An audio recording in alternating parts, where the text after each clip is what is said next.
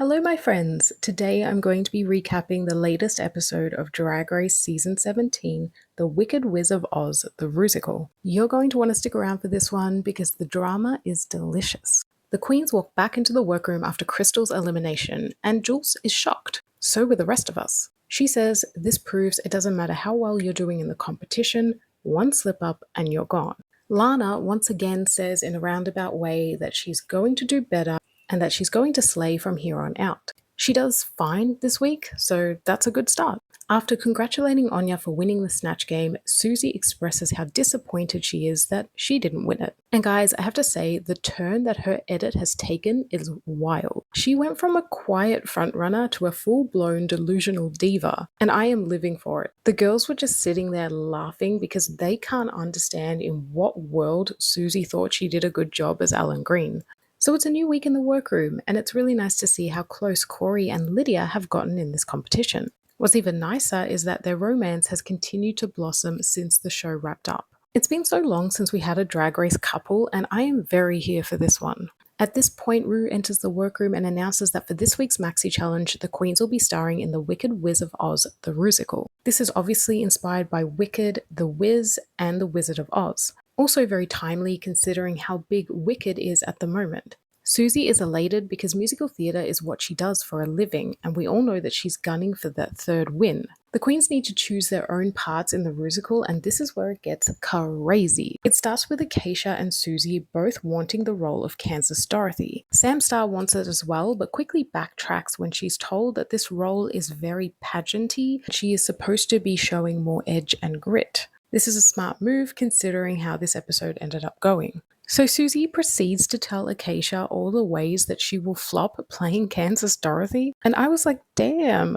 I really like that Acacia stood up for herself, and I like that Lexi identified that Susie got her first pick when it came to RDR Live, so really it's Acacia's turn. Susie reluctantly goes with the Green Witch, and Acacia gets the role that she wanted. But it doesn't end there because Jules and Corey are both vying for the role of the Good Witch. Corey's argument for wanting this role is that it is a voluptuous character and that she keeps being complimented on how well she pads her body. She tells Jules that she doesn't have that particular physique and it will be embarrassing to see her on stage shaking her flat ass and no breasts. Oh my god. This quickly devolves into a screaming match between the pair. It's resolved, however, when the rest of the girls vote and Jules wins by a landslide. You see, this is why the producers make the queens assign their own roles, because it's the easiest way to generate drama. As the queens record their vocals with Michelle Visage and producer Gabe Lopez, Susie openly admits in confessionals that she is jealous of Anya because Anya is her clear rival in terms of track record. Speaking of Anya, we get an interesting edit with her during the choreography with Jamal Sims. It's kind of shared that Anya comes across as a diva. In fact, she looks very combative when Jamal suggests that she try harder in the choreography. Now, I'm somebody that analyzes edits, so maybe I'm reading into everything too much, but I kind of wonder why they showed this. If Anya is being pushed to the end and we as viewers are supposed to favor her in a good light, I'm not sure why they would show this. I mean, I still love her, nothing can tear that away, but I do remember that in season 5 they purposely cut some confrontations that Jinx had because we were meant to root for her. Anyways, as I was saying, I analyze edits, it's what I do.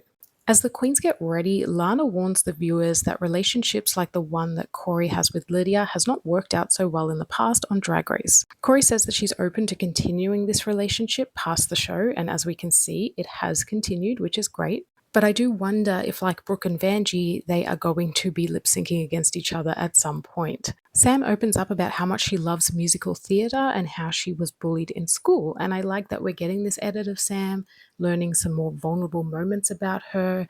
We're supposed to root for her, that's what I'm getting from what production is showing us. Ariete, on the other hand, opens up about her past with bulimia, and Acacia shares that she actually was born with cystic fibrosis, sending both of those queens much love. So on the main stage this evening, we have RuPaul looking delicious in blue, Michelle Visage, Jamal Sims, and extra special guest judge Adam Lambert. It's time for the Rusical, and oh my Mary. I have to say, I really love this Rusical. In fact, this is one of the best ones I've seen since Moulin Rouge. For me, it was the songs. It wasn't that they had like crazy staging and production and like full on sets and things like that. It was just that the songs were so good. They were really, really catchy. And the clear standouts for me were Jules, Susie, Anya, and Sam. It was very clear, though, that Acacia was kind of struggling and very stiff in her performance. However, she does open up later and say that a year ago on that day, her grandmother passed away, and this is how she was processing it. Let me know what you guys thought of this musical, but it was one of my favorites. So, category is Parasols, Shady Ladies, and I gave my top two to Sam Starr. This is breathtaking. I think one of the judges say later that this was giving Met Gala, and that's what I was thinking. And honestly, this was just Sam's episode in general. So it's time for the judges' critiques, and in the top we have Susie Toot, who did a very good performance of the Green Witch.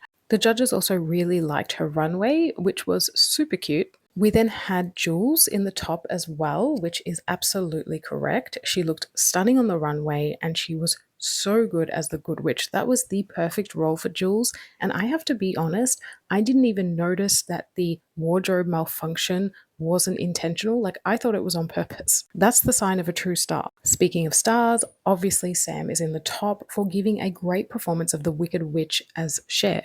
She really let go in this role, she loosened up, and she really enjoyed herself, and that was obvious. And also in the top, we have Anya Nerve, who did a great job as Harlem Dorothy.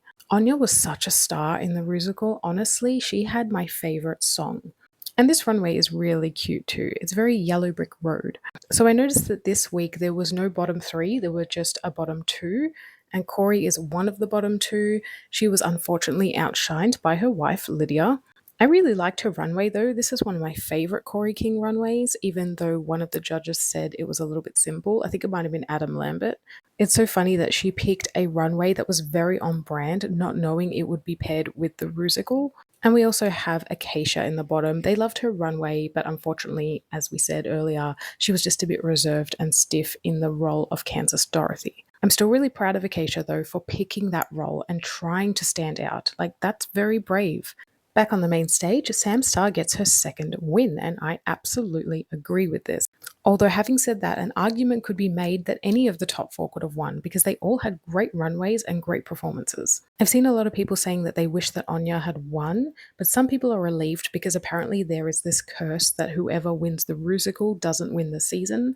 So if you want Anya to win this season, be glad she didn't win the Rusical. So it's down to Acacia and Corey, and they lip sync to Wet Dreams by Adam Lambert. I would say this was a slaughter. Corey King was hitting every beat and move. However, she did lose her wig, just like Lana the week before.